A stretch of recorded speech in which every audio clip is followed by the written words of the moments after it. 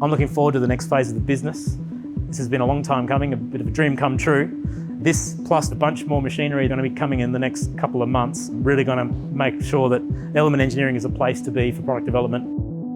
All done in-house, from conceptual design, napkin sketches on paper, all the way through to low volume production.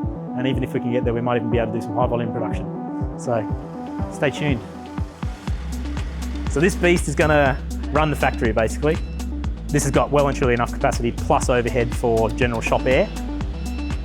We've actually redone all of the air lines in the workshop just to make sure everything's schmick and nice and clean. We wanted to make sure that nothing sinister is going to go through our brand new machines.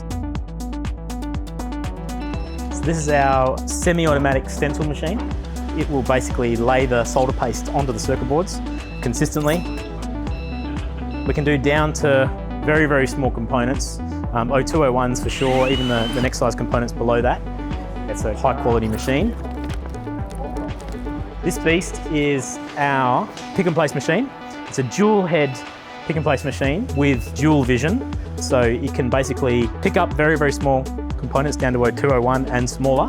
It will pick them up, make sure that they're in the right spot on the head, and then place them onto the circuit board quite fast. Pick and place landed.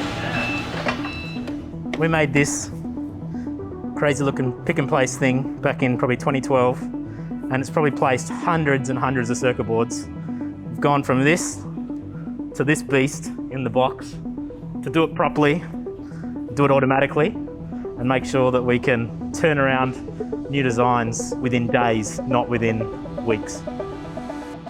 Then this one here is all of the feeders and the ancillary equipment. The feeders and things like that are worth as much as the machines, just because we wanted to have enough feeders to be able to be preparing a job while the machine's running a job. Could be running 100 or a couple hundred boards through.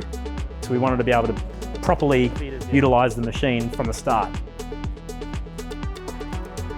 We've got Gary, obviously, he's an ex-Toyota production line engineer, very high safety and quality standards.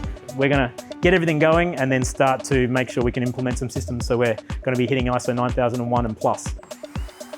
I'm looking forward to the next phase of the business. This has been a long time coming, a bit of a dream come true, so stay tuned.